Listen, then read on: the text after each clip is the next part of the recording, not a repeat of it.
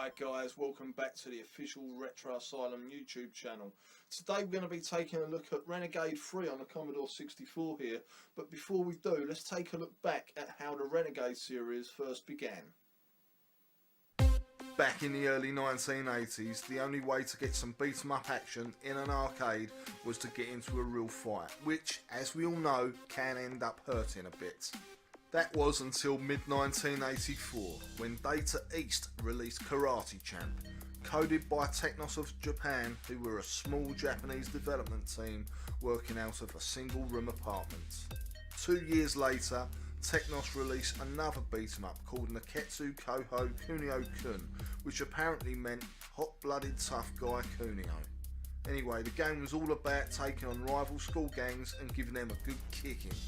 When the game was published by Taito to Western audiences, not only did it receive a name change, but it was also given a graphical makeover and a story change, obviously influenced by the Warriors movie, to make it a bit more street and gritty. The arcade game came and went in the blink of an eye. Renegade was then licensed and converted by Imagine Software for the 8-bit computer range, where its popularity really grew. The ZX Spectrum and Amstrad CPC versions were hugely playable. The Commodore 64 version wasn't as good, but the game was still a big seller for Imagine.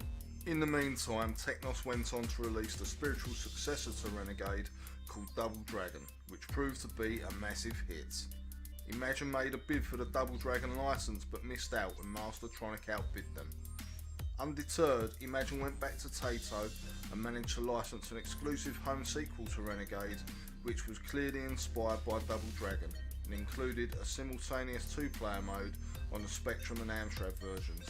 Once again though, the Commodore 64 came off worse with the weaker game, despite a very impressive soundtrack, which brings us on to the third game.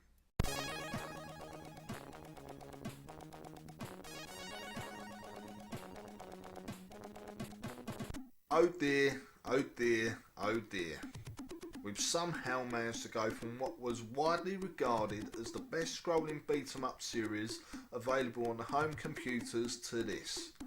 Someone at the offices of Imagine / Ocean Software honestly thought it'd be a good idea to change the setting of a gritty urban styled scrolling beat 'em up from the streets of a rundown city to 4 different periods of time. Someone, God knows who, actually thought that rather than beating up thugs, pimps and whores, it would be a better idea to fight man-sized dinosaurs, midget-sized cavemen and ankle-biting baby dinos.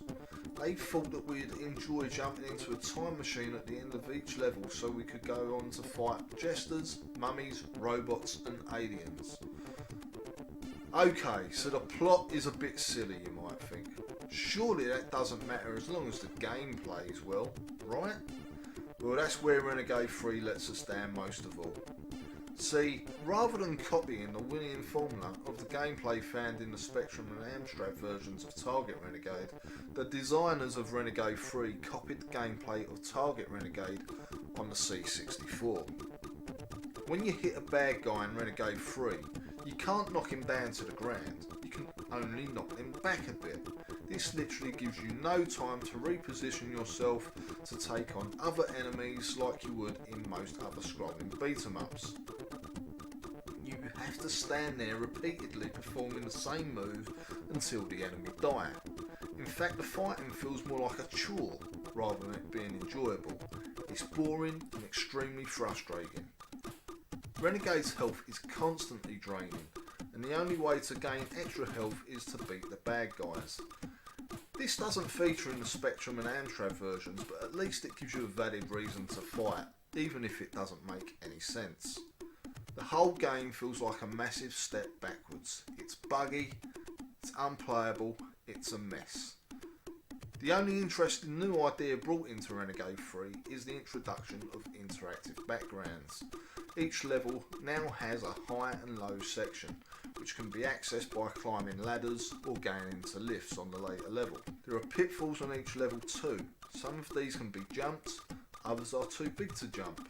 However, each level has more or less the same layout. So once you've played level 1, don't go expecting to discover anything new later on in the game. Renegade 3 is a complete letdown. It's got a rubbish plot and is even more rubbish to play. Strangely enough, not only was Renegade 3 the last ever Renegade game, but it was the last game that Ocean used to publish a game under the Imagine Software label.